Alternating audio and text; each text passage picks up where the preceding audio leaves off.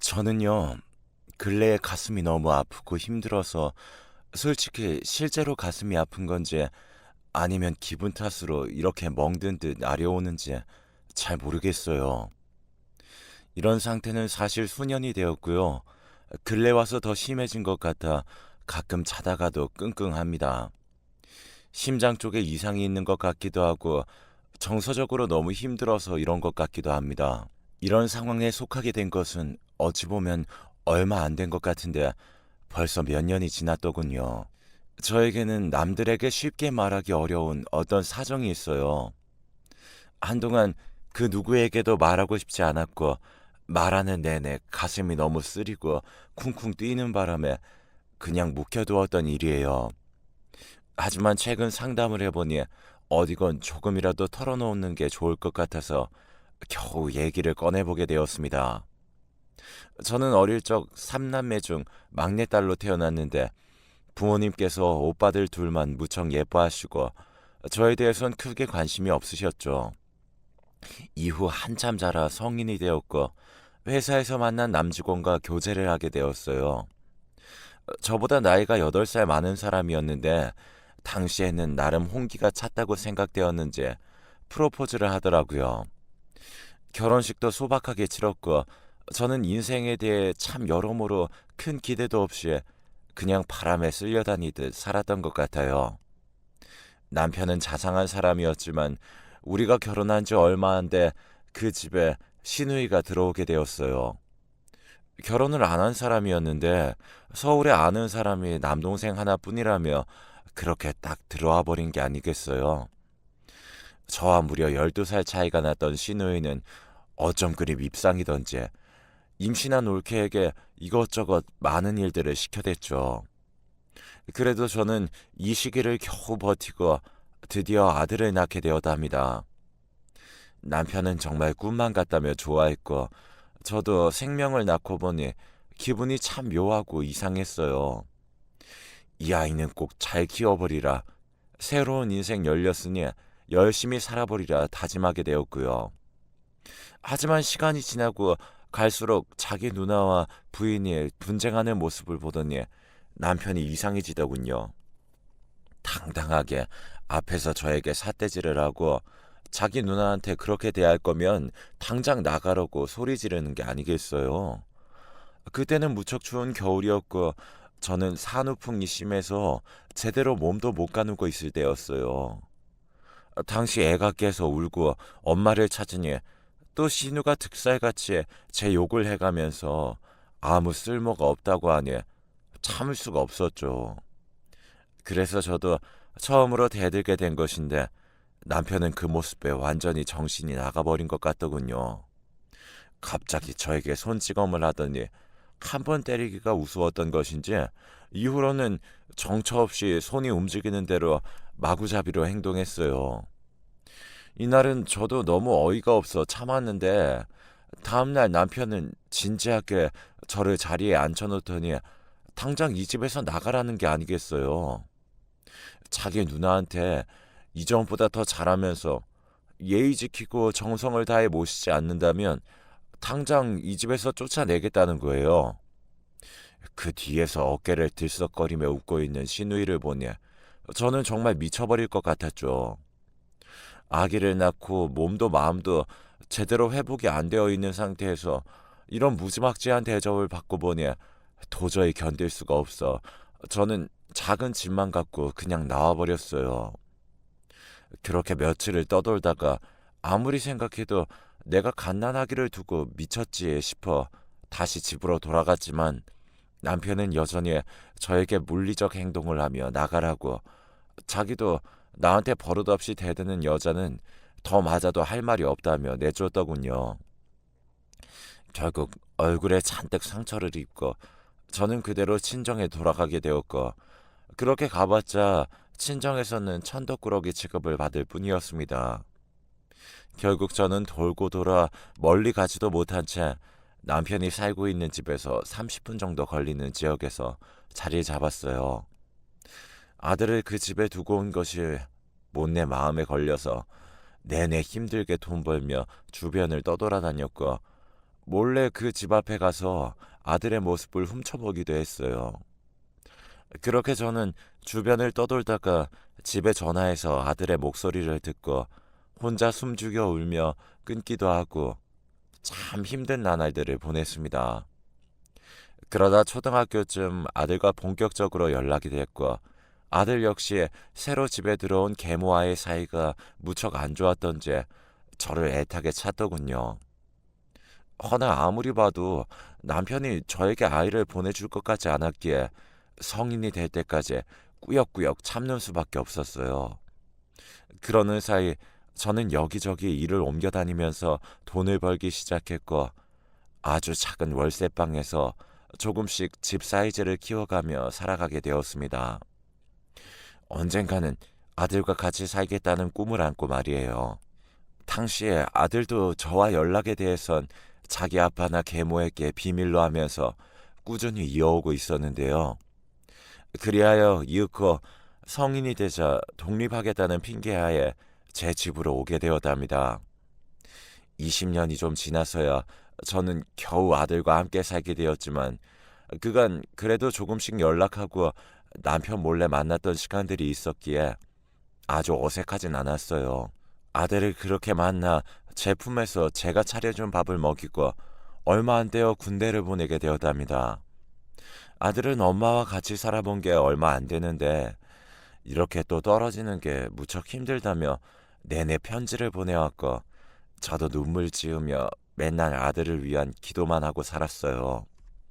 그렇게 길게만 느껴지던 시간이 지나 제대한 아들은 얼마 안 돼 취업을 하게 되었고 그리고 2년 정도 지나 결혼하겠다고 말해왔답니다. 저는 이제 한 집에서 살게 되었고 아들에게 해주고 싶은 것이 많았는데 아들에겐 한창 앞으로 나아가야 할 시간들이 펼쳐진다는 것을 느끼고 참 아쉽게 느껴지기도 했어요. 아이에게 있어 한창 황금같이 느껴지는 그 시기에 같이 있어주지 못한 것이 너무 미안했지만 그렇다고 마냥 붙들고 있는 것은 더 못난 어미인 것 같아 눈물을 머금고 보내줬는데요. 결혼한 지 얼마 안 된 아들이 저에게 갑자기 제안을 해왔어요. 엄마, 나 엄마 모시고 같이 살고 싶어. 와이프 걱정은 안 해도 돼. 이 사람도 친정이 없다 보니까 이렇게 셋이 같이 사는 게 딱히 싫지 않대. 셋이서 같이 살자, 엄마. 응?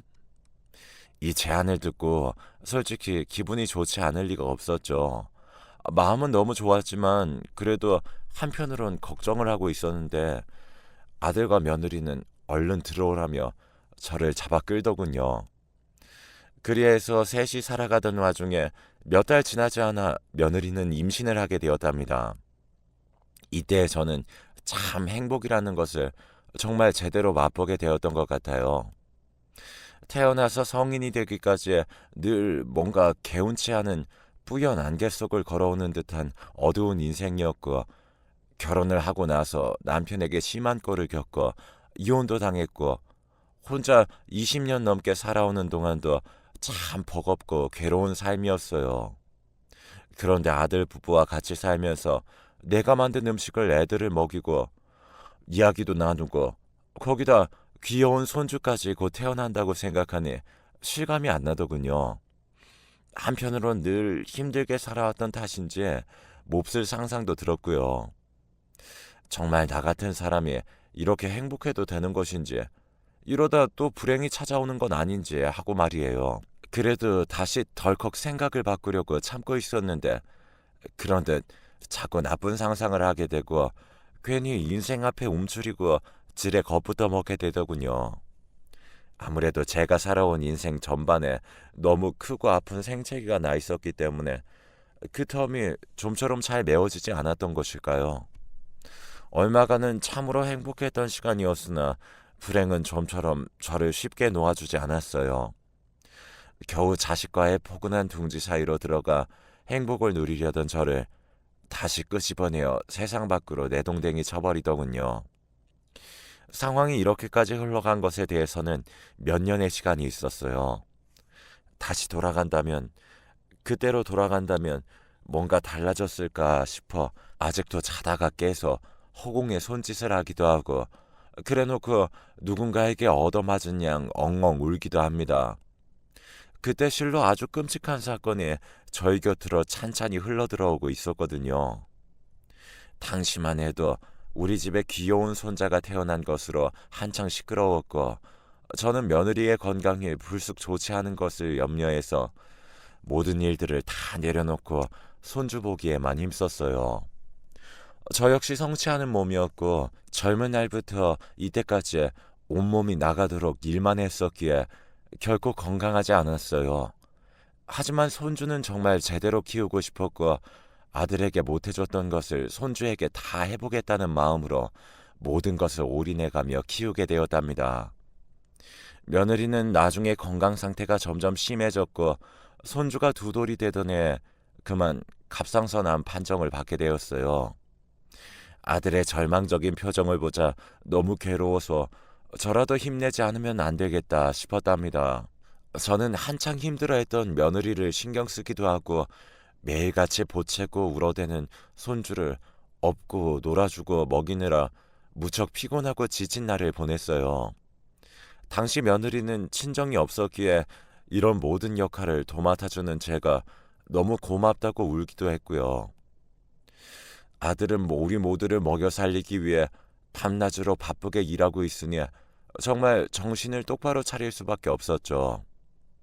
이후 며느리는 수술 결과가 크게 나쁘지 않은 상태로 태어나게 되었고, 추후 관리가 필요하긴 하지만 아주 통탄스러울 정도로 힘든 상황은 아니었어요. 그래도 집에서 일단은 쉬며 조금씩 상황을 보고 있었는데, 큰일이 일단락되어지고 나니 저도 긴장이 풀렸는지 제가 몸살이 다 날 것 같더군요. 그래도 평소처럼 집을 치우고 애들 먹을 거리를 만들고 손주를 여전히 챙기며 간신히 몸에 오르는 열을 견뎌내고 있었어요. 그런데 왜 하필 그때 그런 비극이 일어나야 했는지 저는 도통 받아들일 수가 없어요. 그날 며느리며 저며 손주며 한낮에 다들 기력이 떨어져서는 집에서 낮잠을 자고 있었어요. 평소 저는 낮잠 같은 걸 자는 타입이 아닌데 어지간히 몸이 지쳐 있었던 거죠. 얼마 안 되어 3살 배기 손주가 일어나서는 저를 흔들어 깨우며 할미 할미 하며 밖에 나가자고 울더군요. 온몸이 아주 무거운 이불에 쌓인 마냥 좀처럼 일어나기 힘들었지만 어쩔 수 없었죠. 손주가 심심하다고 그 땡볕에 밖에 나가자고 울어대니 몸이 아프고 힘든 제 엄마를 대신해서 할머니라도 나가줘야 했어요. 그렇게 저는 손주를 데리고 물 한 병과 손수건을 챙겨서 같이 밖에 나갔고, 근처에 있는 시장을 힘없이 돌기 시작했어요. 여전히 머리는 따끈하고 햇볕은 너무 아프게 내리쬐고, 여기저기 뛰어다니며 빽빽 소리를 질러대는 손주를 보니 정신 차리기가 힘들더군요. 아무래도 안 되겠어서 잠깐 방앗간 앞에 손주를 내려놓고 저는 그 집 아주머니랑 아는 사이기에 같이 자리를 잡았답니다. 제가 너무 더워 보였는지 선풍기를 세게 해주신다는데 바람이 확 밀려와서 너무 시원했던 것까지 생각이 나요. 그래서 손주를 무릎에 앉혀 같이 땀이라도 닦으려는데 이때 뭔가 오금이 저리는 듯한 순간 아찔하고 싸늘한 느낌이 온몸에 끼치는 거예요. 저도 모르게 숨이 턱 멎어버렸고 심장이 멈춘 듯 그냥 그렇게 몇 초 머뭇거리면서 주변을 둘러봤어요. 그리고 뒤늦게 입에서 몇 마디가 터져 나왔고요. 민준아, 민준아, 민준이 어딨냐? 피가 거꾸로 솟는 듯 온 심장이 요동치면서 저는 미친 듯이 손주를 불러댔어요. 분명 손주를 업고 이 방앗간으로 들어왔고 의자를 끌어와서는 앉혀서 아주머니랑 아주 찰나의 순간으로 인사를 나눴는데, 그리고 선풍기를 갖다 대주시는 그 몇 분 안 되는 사이에 제 시야에서 손주가 사라져버린 겁니다. 당시 제가 완전히 넋이 나가 있었는지 아주머니조차 놀라서 같이 소리를 지르던 게 생각나요. 어머 할머니, 손주 없어진 거예요? 어떡해. 아니, 아까 여기 애 못 봤어요? 이때 날씨가 덥기도 했지만 워낙 긴장하고 심장이 쪼그라들어 그런지 제 몸에 있는 땀구멍이랑 땀구멍은 모두 다 분수라도 터진 듯 땀이 심하게 쏟아져 나오기 시작했어요. 머리도 풀어져 눈앞을 가리는데도 저는 그냥 정처 없이 뛰어다니며 손주의 이름을 불렀고, 누가 내 심장을 뒤에서 꽉 움켜쥔 듯한 압박감을 느끼면서 어지란 머리로 찾아다녔죠. 그때 속으로 계속해서 손주가 어딘가 있을 거라며, 분명 저 골목을 돌거나 이 앞집 어딘가에서 보일 거라며 그 속을 헤치고 다니듯 마구잡이로 다녔고, 입술을 너무 꽉 깨물어서 쓴맛이 날 정도였죠. 하지만 그렇게 넓지도 않은 시장 안 골목에서 아무리 들춰보고 뛰어다녀도 손주의 뒷공무니도 보이지 않았고, 뒤늦게 눈물이 터져 나오기 시작했습니다. 그러면서 직감이 들더군요. 이제 나는 내 명대로 살 수 없겠구나. 애가 내 눈에 나타나지 않는 한 살아도 죽은 송장처럼 살게 되겠구나 하는 걸 말이에요. 나중에 안면 있는 시장 사람들이 이를 어쩌면 좋냐며 자기들도 찾아보겠다고 연락 주겠다고 했지만, 저는 그대로 집에 들어갈 수 없었어요. 안 그래도 몸이 안 좋고 위태위태하던 날이었는데 결국 그대로 정신을 잃고 쓰러져서야 저는 시장 밖으로 운반되어 나올 수 있었어요. 정신이 들어 눈을 떠보니 눈물 어린 눈으로 저를 바라보고 있는 아들과 며느리가 눈앞에 있더군요. 몸에 남아있는 모든 힘을 다 끌어내어 손주를 찾아내려고 물었어요. 그렇게 물어봤는데 아들은 제 눈을 한참 보다가 서서히 눈을 내리더니 이내 질끈 감더군요. 그리고 찬찬히 말해주는데 저는 또다시 기절할 뻔했습니다. 그냥 이 모든 걸 내가 감당할 수 있으면 좋을 텐데, 모든 짐이 나에게 지워지면 좋을 텐데 왜 그렇게는 할 수 없는 걸까요? 제가 정신을 잃고 시간이 조금 지나 손주의 행방이 알려졌는데, 알고 보니 손주는 제 손을 떠나 시장 밖으로 빠르게 빠져나갔고 건너편에 있는 도로까지 갔던 모양입니다.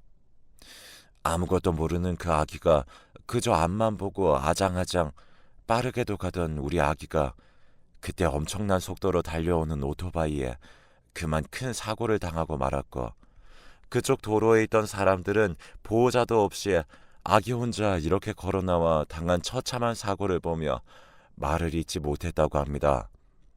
마치 심장이 뜯겨나가는 듯 지옥 같은 마음으로 머리를 몇 번이나 내 주먹으로 쳐댔고, 아들과 며느리는 양쪽에서 뜯어말리며 같이 울기 시작했어요. 이 집에 손주가 없는 채로 맞게 된 그날의 어두운 저녁은 정말이지 너무나 끔찍하고 공포스러웠어요. 평소 신던 소리나는 찍찍이 신발이 아닌 자그만 샌들을 신겨서 보냈는데 그게 얼마나 후회가 되던지요. 현관 앞에 놓여있는 주인 없는 그 찍찍이 신발을 보고 있자니 저는 또 그걸 가슴에 품고 꺽꺽거리며 울고, 그대로 또 밖으로 뛰쳐나가려는 걸 애들이 잡아서 다시 주저앉았어요. 그렇게 셋이 마치 짐승 울음소리 마냥 소리를 내어가며 며칠 밤을 울었습니다. 이 동네 사람들에게도 이 소문이 퍼졌는지 그렇게 예민하게 굴고 날뛰는 소리만 나도 쫓아와서는 난리 쳤죠. 옆집 사람들은 우리 셋이 몇 날 며칠을 그렇게 울고 고함을 질러대는데도 아무도 찾아오지 않았어요. 도리어 맞으실 때마다 차마 사정을 묻지도 못하고 같이 눈물을 짓더군요. 이런 반응들도 반응들이지만 저는 매일같이 조여오는 죄책감과 손주를 향한 그리움을 견딜 수 없어 매일매일 미쳐가는 나날들의 연속이었습니다. 아들도 넋이 나가 회사를 쉬고 멍하니 앉아있는 모습을 보니, 가뜩이나 건강 상태 나쁜 며느리가 매일 밤 숨죽여 베개를 얼굴에 파묻고는 우는 모습을 보고 있으니 이 집에 내가 이렇게 숨쉬고 있는 자체가 정말 큰 죄 같더군요. 우리 아들은 어쩜 이렇게 복이 없을까? 자랄 때도 애미 사랑받지 못하고 평생 힘들게 컸는데 겨우 그 엄마 만나서 잘 살아보려고 했더니 엄마가 자기 생떼 같은 자식을 잃어버렸다니, 저는 아들 앞에 죽어서 사죄를 해도 모자란 죄인이었어요. 그렇게 눈만 마주치면 울어대는 일상을 더 이상 이어갈 수 없었고 아들과 며느리 보기가 너무 죄스러워 저는 밤에 도망치듯이 집을 나오게 되었답니다. 며칠 정도 버틸 수 있을 만한 돈만 지갑에 우겨놓고 짐도 얼마 없는 상태로 나오면서 버스 안에서 가슴을 찢어가며 울었어요. 왜 인생은 반복되는 것인가? 수십 년 전 남편과 살던 집에서 쫓겨났던 날이 차라리 나았을까? 손주를 이 세상 어딘가에서 놓쳐버린 할머니의 모습으로 이렇게 밤에 도망쳐 나오는 내 모습이라니 하며 그렇게 그냥 죽고 싶을 뿐이었습니다. 그렇게 쓸모없는 이런 목숨도 그래도 생명이라고 시간이 지나 굶고 기력이 없으니 육체적인 것으로 괴로워져서 또 살아야겠다는 생각이 드는 걸 보니 인생이란 게 참으로 잔인하다는 생각이 들더군요. 그냥 그렇게 계속 떠돌이 생활을 하고 아무 말도 안 하고 어느 식당에 들어가서 일을 하고 며칠 머물다 나오고 점점 지방으로 내려가게 되면서 간신히 입에 거미줄만 치지 않을 환경으로 여기저기 밭일해주며 살아왔어요. 그렇게 시간이 한참을 지나고 또 지나 어느덧 4, 5년 정도의 시간이 흘러가게 되었어요. 이쯤 되니 저는 억지로라도 아주 조금이라도 제 머릿속에서 손주나 아들, 며느리에 대한 생각을 떠올리지 않도록 노력하게 되더군요. 그들을 생각하는 순간 저는 머리끝부터 발끝까지 번개라도 얻어맞은 듯 아무것도 제대로 할 수가 없었어요. 목이 메어오면서 눈가가 뭐에 찔린 듯 아파오면서 눈물이 쏟아져 나오고 원래대로 다시 마음을 잡는 데까지 수십 분의 시간이 걸렸습니다. 그냥 숨이 붙어 있어서 사는 주제에 그들을 떠올릴 때마다 심장이 뭐가 뚫린 듯 견딜 수 없는 아픔이 저를 괴롭히다 보니 내 주제에 또 살겠다고 그 통증을 피하고 싶었던 모양이에요. 저도 참 비겁하고 졸렬한 인생인 것 같네요. 이런 저를 욕하셔도 할 말이 없습니다. 저 또한 그렇게 생각하고 있으니까요.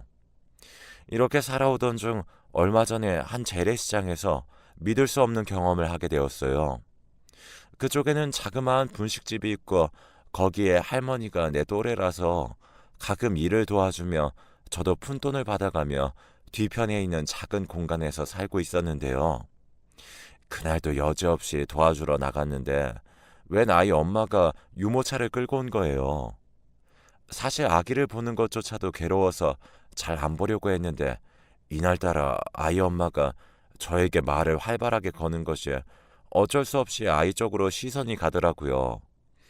별 뜻 없이 유모차 안을 들여다본 순간 앞쪽으로 삐쭉 나와 있던 발부터 왠지 모르게 저는 눈을 뗄 수 없었어요.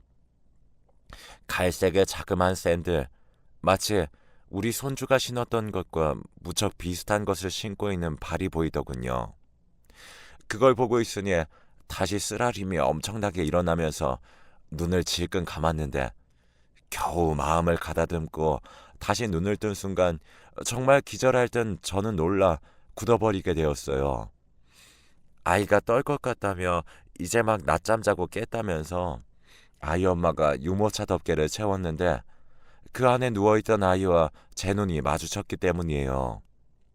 보아하니 2~3살 정도는 되어 보였는데 얼굴에 김이 열 정도로 제 눈에 낯이 익었어요. 눈꺼풀이 통통한 데다가 살짝 중간에 꺾인 갈매기 눈썹에 눈 밑으로 희미한 다크서클까지 우리 손주의 얼굴 언저리가 조금 느껴지는 얼굴이었어요. 너무 당황스러워서 한참을 시선 고정한 채 저는 계속 보고 있었고 아이 엄마는 떡볶이 얼른 좀 싸달라고 하더라고요.